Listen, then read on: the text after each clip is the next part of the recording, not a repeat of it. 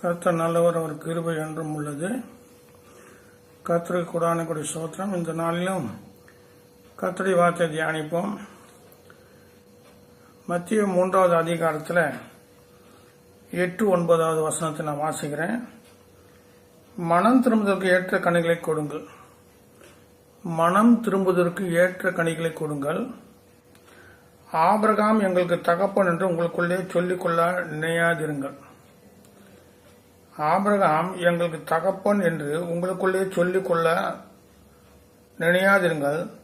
தேவன் இந்த கல்லுக்குனாலே ஆபிரகாமுக்கு பிள்ளைகளை உண்டு பண்ண வல்லவராக இருக்கார் என்று உங்களுக்கு சொல்கிறேன் என்றார். சில பேர் கனியற்ற வாய்க்கிருக்காங்க, மனம் திரும்பி இருக்காங்க, ஆனால் கனி கொடுக்கறது இல்லை. சில பேர் என்ன சொல்றாங்க, நாங்க ஆபிரகாம் சன்னதி சொல்றாங்க. சில பேர் சொல்றாங்க நாங்க கிறிஸ்துவங்க சொல்றாங்க.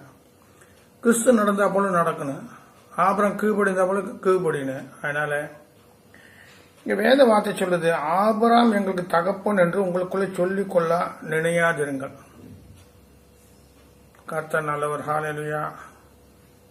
கர்த்தர் நல்லவர், ஹல்லேலூயா, ஜீசஸ். அதனால ஆபிரகாம் குறித்து என்ன சொல்லப்பட்டிருக்கா, ஏசாயா 63வது அதிகாரத்தில் ஏசாயா 63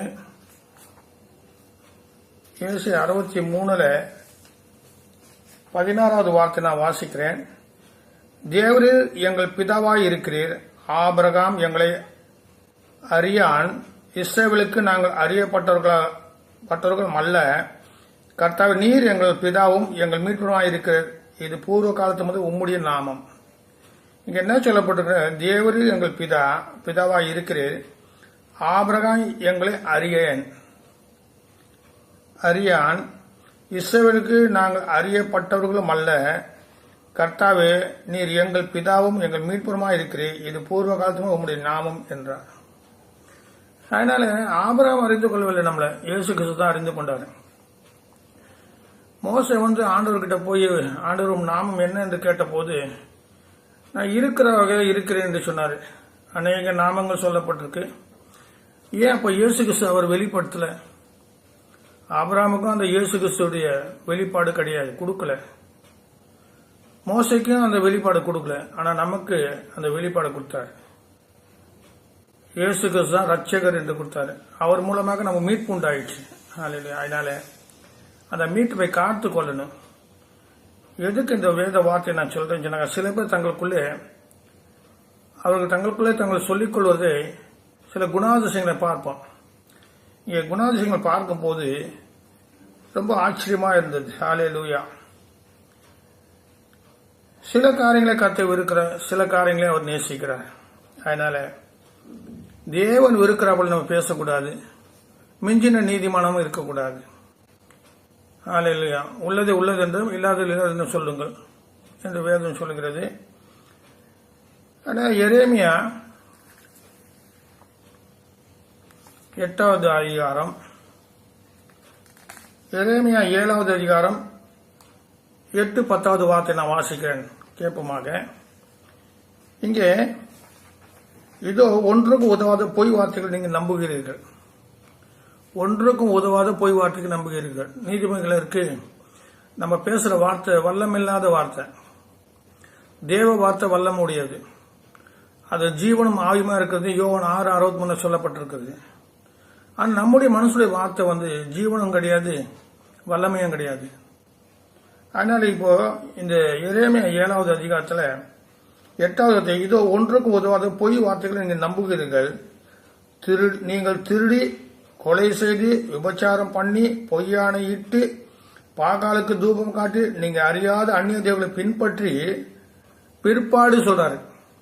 இதெல்லாம் செய்துட்டு பிற்பாடு என் நாமம் தரிக்கப்பட்ட இந்த ஸ்தலத்தில் எனக்கு முன்பாக நின்று, ஆண்டுக்கு முன்பாக நின்று சில பேர் பேசுறாங்க. எனக்கு முன்பாக நின்று என்ன சொல்றாங்க சொன்னாக்கா, ஆலயத்தில் எனக்கு முன்பாக நின்று இந்த அருவருப்புகள் எல்லாம் செய்வதற்கு விடுதலை பெற்றிருக்கோம் என்று சொல்வீர்களோ? சில பேர் சொல்றாங்க, நாங்க விடுதலை வாங்கியிருக்கோங்க. விடுதலை கர்த்தருடைய நாமத்தில் எங்க விடுதலை. முற்றுமுடிய ரட்சிக்கப்பட்டவனு, முற்றுமுடிய ரட்சிக்கப்பட்டவனு. ஹல்லேலூயா. சில பேர் சொன்னாங்க, இதெல்லாம் நாங்கள் செய்யறதுக்கு விடுதலை வாங்கியிருக்கோம். எதுக்கு? தப்பு பண்றதுக்கா? இந்த பாருங்க என்ன சொல்றாரு, நீங்க திருடுறீங்க, கொலை செய்து, விபச்சாரம் பண்ணி, பொய்யானையிட்டு, பாகாலுக்கு தூபம் காட்டி, நீங்க அறியாத அந்நிய தேவனை பின்பற்றி இத்தனை காரியம் செய்துட்டு விடுதலை பெற்று இருக்கிறோம் சொல்றாங்க. இதெல்லாம் செய்து விடுதலை பெற்றிருக்கோம். அப்படி சொல்லக்கூடாது. தேவன் தான் குமாரன் விடுதலை ஆக்கணும். ஐயா நீங்க விடுதலை ஆக்குற வார்த்தையின்படி தேவன் தான் நமக்கு விடுதலை ஆக்குறோம். நீயா விடுதலை கையில் எடுக்க முடியாது. அதனால இந்த வார்த்தை நீங்க நல்லா கவனிச்சுவாங்க. விடுதலை பெற்று இருக்கிறோம் என்று சொல்லியிருக்கோ, செய்யதெல்லாம் சென்று கர்த்தர் எங்களை காப்பாற்றுவார், கர்த்தர் எங்களை விடுவிப்பார், எங்களை ரட்சிப்பார் சொன்னா அது அர்த்தம் இல்லை. கர்த்தர் உனக்கு ஒரு கிருபை கொடுத்திருக்கான். அந்த கிருபையின் மூலமா நீ உன்னை காத்துக்கொள்ளு. ஹல்லேலூயா. அடுத்த வார்த்தை இவங்க விடுதலை பெற்றிருக்குன்னு சொல்றாங்க. மீகா 3வது அதிகாரம்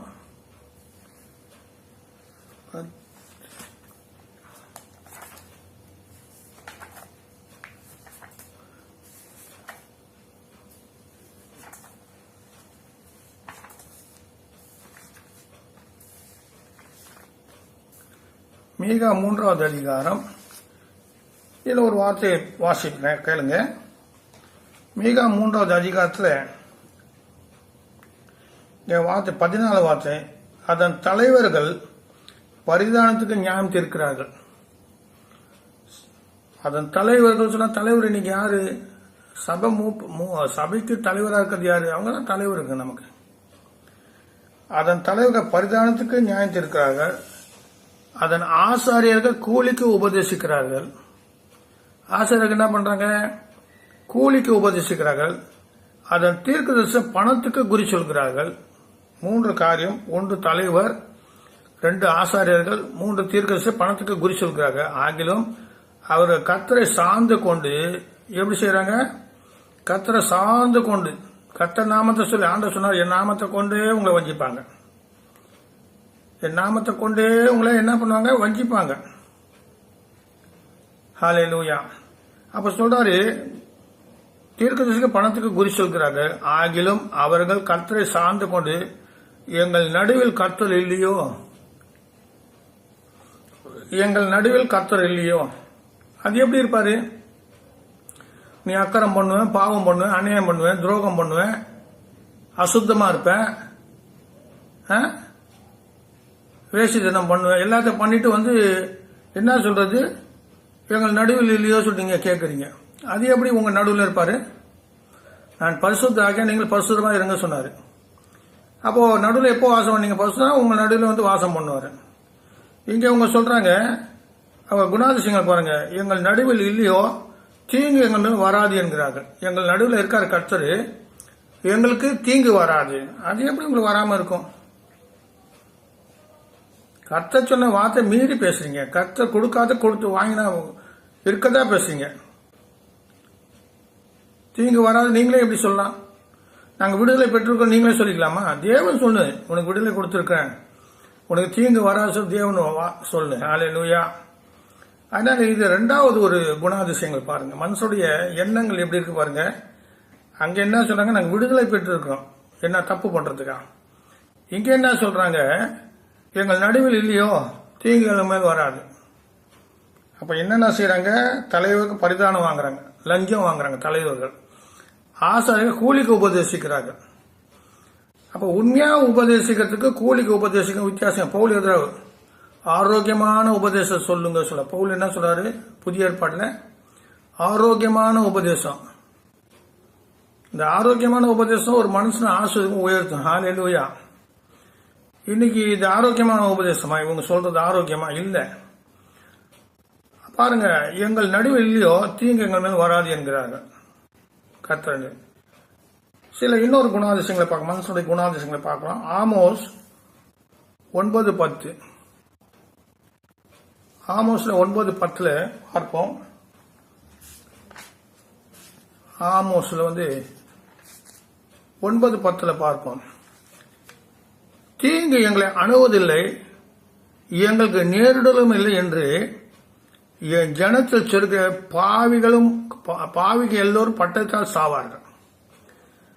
அப்போ என் ஜனத்துல இருக்காங்க, பாவிங்க இருக்காங்க, தீங்கு எங்களை அணுகுவதும் இல்லை, எங்களுக்கு நேரிடுவதும் இல்லை என்று என் ஜனத்தில் ஆண்டு சொல்ற கிறிஸ்துவ ஜனங்கள், கிறிஸ்துக்குள்ளே வாழறவங்க, ஹல்லேலூயா, அவங்க என்ன சொல்றாங்க? என் ஜனத்தில் சொல்கிற பாவிகள் எல்லோரும் பட்டயத்தால் சாவார்கள். எப்படி இருக்கு பாருங்க. அப்ப என்ன சொன்ன? தீங்கு எங்களை அணுவதில்லை.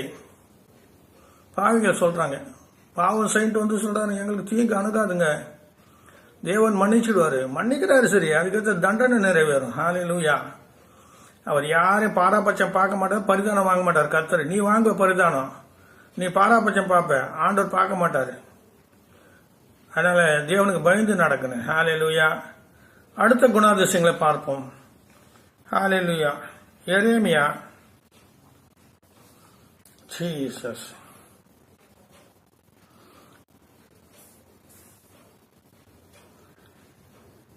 ஹல்லேலூயா, ஸ்தோத்திரம்.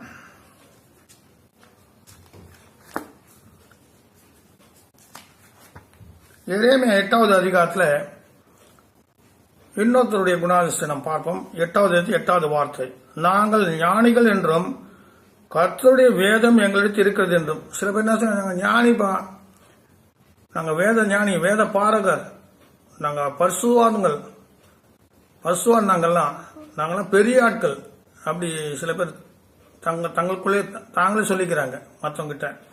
இங்க நாங்கள் ஞானிகள் என்றும் கர்த்தருடைய வேதம் எங்களிடத்தில் இருக்கிறது என்றும் நீங்கள் சொல்லுகிறது எப்படி? நீங்க சொல்றீங்க வேதம் உங்ககிட்ட இருக்கு, வேதம் இருந்தாக்கா தப்பு பண்ணலாமா? வேதம் அறிந்திருந்தாக்கா தப்பு பண்ணலாமா? தேவனுக்கு பயந்து நடக்கணும் இல்லையா? அந்த திருடன் சொன்னா நம்ம தப்பு பண்ணியிருக்கோம், அவ தப்பு நம்ம தேவனுக்கு பயந்து நடக்கணும் இல்லையா சொன்னா அந்த திருடன். தேவன் கூட தொங்கும் போகுது சிறுவில். ஆனால் நீங்க சொல்றாரு வேதம் எங்களிடத்தில் இருக்கிறது என்றும் நீங்கள் சொல்றது எப்படி? மெய்யாகவே இதோ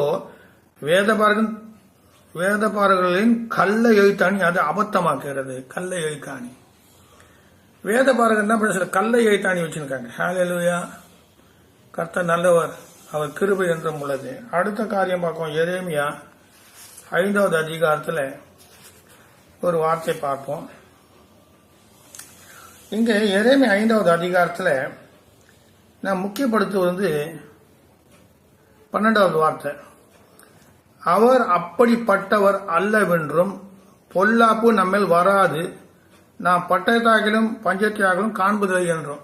சில பேர் சொல்றாங்க அவர் நல்லவருங்க, கர்த்தர் அவர் நல்லவர், அப்படிப்பட்டவர் கெட்டவர் கிடையாது, அவர் அப்படிப்பட்டவர் அல்ல என்றும் பொல்லாப்பு நம்மேல் வராது, நாம் பட்டயத்தியாகிலும் பஞ்சத்தியாகிலும் காண்பதில்லை என்று. அவரை பத்தி போய் ஆண்டவர் பத்தி போய் ஆண்டவர் நல்லவருங்க, நமக்கு பஞ்சம் வராது, கஷ்டம் வராது, நஷ்டம் வராது, துன்பம் வராது, நோய் வராது. நீ சொல்லுவ, அதுக்கு ஏற்றாப்புல பாத்திரம் இருக்கணும் இல்லையா? நீ வந்து பாத்திரம் சாட்சி இருக்கணும் இல்லையா உங்ககிட்ட? தேவன் எப்படி ஒத்துவ? நீ சொல்றதை ஒத்துக்குவாரா? மனுஷனுடைய பரிசுத்தம் வந்து ஒரு பரிசுத்தமா? ஹல்லேலூயா. அவதான் பரிசுவாங்க நம்புவதில்லை சொல்லிட்டு யோபு சொல்லிட்டாரு. அப்ப உன்னை என்னை எப்படி நம்புவாரு? அதனால ஜபம் பண்ணுங்க, முற்று முடிய ஜபம் தான், வேற வழியே கிடையாது. நிறைய மெசேஜ்ல பாருங்க, இது அதிசயமான புது மெசேஜ் வாசிங்க, இது அது செய்யுங்க, இது செய்யுங்க, அதெல்லாம் ஒன்றும் கிடையாது. பிரசங்க சொல்றாரு முன்ன நடந்துதான் இப்ப நடக்குது, இப்ப நடக்குதான் பின்னாடி நடக்க போகுது, இதுல ஒன்னும் நூதனமானது ஒன்றும் கிடையாது. பிரசங்க தான் சொல்றாரு, முன்ன நடந்தாப்பா இப்ப நடக்குது, இப்ப நடந்தா பின்னாடி நடக்க போகுது, இதுல நூதனம் ஒன்றும் கிடையாது. அது வந்து இது வருது, எல்லாம் வந்து போச்சு, மறுபடியும் வருது, அது திரும்பி திரும்பி வரும். யோபுல சொல்ற அவர் திரும்ப திரும்ப அனுப்புறாரு ஆண்டவர் தண்டனை. அதை உணர்ந்துட்டாக்கா மனுஷன் ரசிக்கப்படுவான். உணர்ல சொன்னா பட்டயத்துக்கு இறைவான். ஹல்லேலூயா. அவர் அப்படிப்பட்ட அல்லவென்றும் பொல்லாப்பு நம்மள் வராது, நாம் பட்டயத்தாக்களும் பஞ்சத்தாலும் காண்பதில்லை என்றும் சொல்றார். ஹல்லேலூயா. அதனால இன்னொரு வார்த்தை அங்க சொல்றாரு, நிறைய வார்த்தைகள் இருந்தாலும் கேளுங்க, கர்த்தர் நல்லவர். அதே எரேமியால 25 உங்கள் அக்கிரமங்கள் இவர்களை விலக்கி உங்கள் பாவங்கள் உங்களுக்கு நன்மை வராவட்டாது இருக்குது. ஏன்டா நன்மை வரலச்சுனாக்கா உங்க அக்கிரமம் உங்க பாவங்கள் தான் தடுக்குது நன்மை வராதபடி. எரேமியா 5:25 சொல்றாரு, உங்கள் அக்கிரமங்கள் இவளை விலக்கி உங்கள் பாவங்கள் உங்களுக்கு நன்மை வர ஒட்டாது இருக்கிறது. அக்கிரம் பேச்சு தானே இது. நான் விடுதலை பெற்றிருக்கிறேன், என்கிட்ட வேதம் இருக்கு, எனக்கு தீங்கு அணுவதில்லை. தேவன்கிட்ட ஒப்பு கொடுங்க, தேவன் செய்வார், நல்லது செய்வார். ஹல்லேலூயா. அதனால சொல்றாரு, குருவி பிடிக்கிறவர்கள் பதுங்குகிறது போல பதுங்கி மனுஷரை பிடிக்கிற கண்ணிகளை வைக்கிற துர்மார்க்கர் என் ஜனங்களுக்கு ஆனவர். துர்மார்க்க என் ஜனங்கள் இருக்காங்க. நீதிமன்றம் சொல்லப்பட்டது, தீங்கு நாளுக்காக துர்மார்க்கம் உண்டாக்கி வச்சிருக்காரு கர்த்தர். ஹல்லேலூயா. கர்த்தர் நல்லவர். நீங்க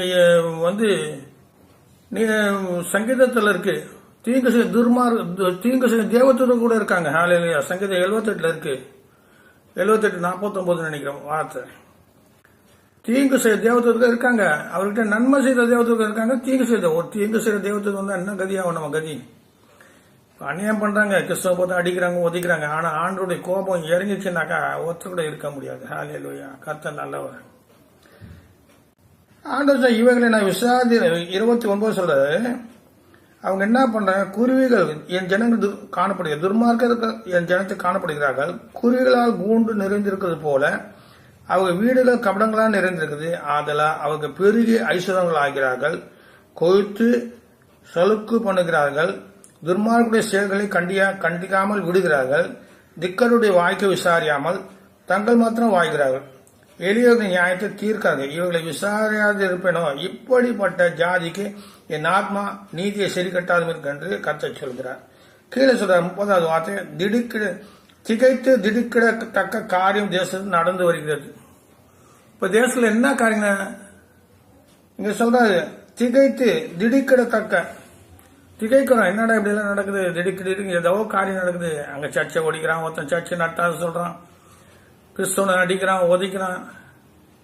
ஆனா ஒரு அரசாங்கம் இருக்கு, ஒரு மேல் அதிகாரிங்க இருக்கு, அது கூட கண்டிக்காம இருக்காங்க. தேவன் ஒரு சித்தம் வச்சிருக்காரு, ஏதோ நிரந்தரம் கிடையாது. அப்ப இப்ப நமக்கு விரோதமா செய்யறவங்க நரகமா தான் போவாங்க, தேவனுக்கு விரோதமா நரகமா தான் போவாங்க, பரலோகம் போக மாட்டாங்க.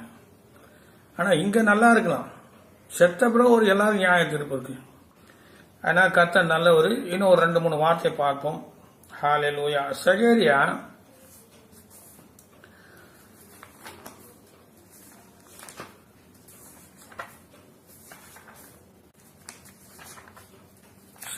அதிகாரம்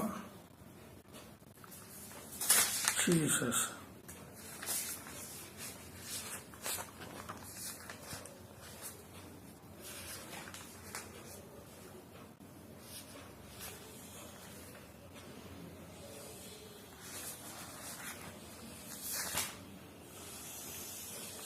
சகேரியா அதிகாரம்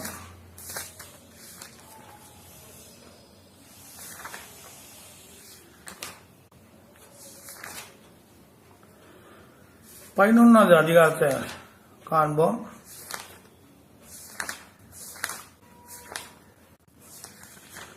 சகேரியா 11வது அதிகாரத்தில் ஜீசஸ் 5வது வார்த்தை 5வது வார்த்தையை பார்ப்போம். ஹல்லேலூயா. என் தேவனை கர்த்தர் சொல்லுகிறது என்னவென்றால், கொலை உண்கிற ஆடுகளை மெய்க்காய் கடவாய். அடுத்தது, அவைகளை உடையவர்கள். அப்ப என்ன உடையவர்கள்? ஆடு உடையவர்கள், மெய்ப்பர்கள். அவைகள் உடையவர்கள் அவர்களை கொன்று போட்டு தங்களுக்கு குற்றமில்லை என்று எண்ணுகிறார்கள். எண்ணங்களை குறித்து நான் சொல்லினேன். எல்லாம் ஒரு மனுஷனோட இருதயங்கள் எப்படி இருக்கு பாருங்க. கிறுக்கும் கேடுள்ள இருதயம் வச்சிருக்காரு ஆண்டவர். தன்னை நீதிமான் சொல்லிக்கலாம், ஆனா அவன் நீதிமானா நீதியற்றவன் தேவன் தான் நியாயம் இருப்பார். ஹல்லேலூயா. பார்வைக்கு அவன் நீதிமானா இருக்கலாம், தேவனுடைய பார்வையில் எப்படி தெரியாது. அவைகள் உடையவர்கள் அவைகளை கொன்று போட்டு தங்களுக்கு குற்றமில்லை என்று எண்ணுகிறார்கள். அவர்களை விற்கிறவர்கள் கர்த்தருக்கு ஸ்தோத்திரமா. நல்லா காசு இருக்கு. நான் சுந்தரையா கிட்ட வேலை செய்யற நேரத்துல, சுந்தரையா கிட்ட நான் உடன் ஊழியக்காரர் இருக்கிற நேரத்துல கொஞ்சம் என்னுடைய பிரச்சனைக்கான வெளில போறது வருது. ஒரு நாள் நான் காரெல்லாம் ஓட்டுவேன். ஒரு டூரிஸ்ட் வண்டி எடுத்துன்னு போய் போகிற நேரத்தில் ஏதாவது வேலை செய்ய வயிற்றுக்கு பொழைப்பும் இல்லையா, போனா ஒரு பெரிய பாஸ்டர் வீட்டுக்கு போனேன். அவர் என்னை பார்த்துட்டாருன்னு நினைக்கிறேன், ஏற்கனவே பார்த்துக்காருன்னு நினைக்கிறேன். அவர் இந்த கார் வேணும்னு சொல்லிட்டு அப்புறம் பார்த்தாக்கா விசாரிச்சாக்கா அவர் லேண்டு வாங்க போறாரு. அப்ப பாருங்க, தேவையில்லாத காரியங்களுக்கு கர்த்தருடைய பணத்தை எடுத்து செலவு பண்றாங்க. எனக்கு கூப்பிடல, வேற கலர் கார் கொண்டா சொன்ன, வேற கலர் கொண்டு வேணாம்னு சொல்லிட்டாரு. அப்பதான் விசாரிச்சாக்கா இவர் ஒரு பெரிய போதகர். சரி நான் விட்டுறேன், நமக்கு எதுக்கு, உப்பு சாப்பிட்டு தண்ணி குடிக்க போறோம் இல்லைங்களா, பள்ளத்தை விட்டா அந்த பழத்தை நீ கல்லை போட்டா உங்க காலில் விழும், அதுதான் பிரசங்க சொன்ன. சரி இருக்கட்டும், நல்லவங்க, ஹalleluya. அப்ப சொல்ற அவைகள் விற்கிற கர்த்தருக்கு ஸ்தோத்திரம் சொல்றாங்க. சில ஸ்தோத்திரம், எதுக்கு ஸ்தோத்திரம் சொல்றீங்க? ஒருத்தன் கெட்டு போனாலும் ஸ்தோத்திரம், ஒருத்தன் நல்லா இருக்க கூடாதுன்னு சொன்னாலும் ஸ்தோத்திரம், பழி வாங்கணும்னா ஸ்தோத்திரம், கிண்டல் பண்ணணும்னா ஸ்தோத்திரம், எல்லாத்துக்கும் ஸ்தோத்திரமா? அப்படி கிடையாது. கர்த்தருக்கு ஸ்தோத்திரம். நாங்கள் ஐஸ்வர்யம் உள்ளவர்களாகிறோம். என்ன சொல்றாங்க? நாங்கள் ஐஸ்வர்யம் உள்ளவர்கள் ஆகிறோம் என்கிறார்கள். அவைகளை மேய்க்கிறவர்கள் அவைகள் மேல் இரக்கம் வைக்கிறதில்லை. பாஸ்டர் சொன்னா இரக்கம் இருக்குன்னு. நான் 4 கோடி வச்சுருக்கேன், 5 கோடி வச்சு நீ சொல்லு, கேட்கணும் கேட்பாங்க. ஆனாக்கா அதுக்கு ஏற்ற பிரதிபலன் தலைமையில இருக்கு. ஹalleluya. தசம்பாகம் காணிக்கை வச்சு பேசினா பெரிய சப்ஜெக்ட் ஒத்துக்க மாட்டாங்க. ஏன்னா தசம்பாகம் பழக்கம் ஆனவனுங்க அதை வாங்கக்கூடாதுன்னு விட்டுருவாங்க. தசம்பாகம் வாங்கினால சுகபோகமா இருக்காங்க. வாங்காத சொன்னா வாங்காத இருப்பாங்களா? அது நம்ம சொல்ல முடியாது. தசம்பாகம் சொன்னா கத்துக்குரியது, அது இன்னொரு சப்ஜெக்ட்ல பேசுவோம். ஹalleluya. இரக்கம் வைக்கிறது இல்லையா? குணாதிசயம் பாருங்க, என்ன பண்றாங்க? கொன்று போட்டு தங்களுக்கு குற்றமில்லை என்கிறார்கள். அவைகளை உடையவர்கள் அவளை கொன்று போட்டு தங்களுக்கு குற்றமில்லை என்கிறார்கள். அவைகளை விற்கிறவர்கள் கர்த்தருக்கு ஸ்தோத்திரமா. ஹalleluya. கர்த்தர் நல்லவர், அவர் கிருபை என்றும் உள்ளது. எரேமியா 2வது அதிகாரத்துல ஒரு வார்த்தையை பார்ப்போம். எரேமியா 2வது அதிகாரம்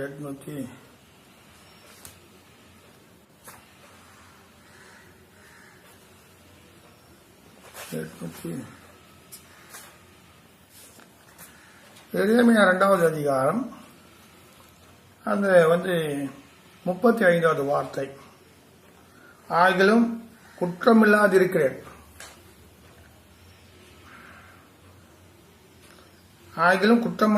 என்றும் அவருடைய கோபம் என்னை விட்டு திரும்பிற்று என்றும் சொல்கிறாய். இதோ நான் பாவம் செய்யவில்லை என்று நீ சொல்கிற நிமித்தம் நான் உன்னோடு வழக்காடுவேன். நான் பாவமே செய்யலப்பா சொல்றேன், தேவன் வழக்காடுவார் உன்னோடு. ஹalleluya. கர்த்தர் நல்லவர். இன்னொரு காரியத்தை பார்ப்போம். ஏசியா தீர்க்கதரிசி புத்தகத்துல 66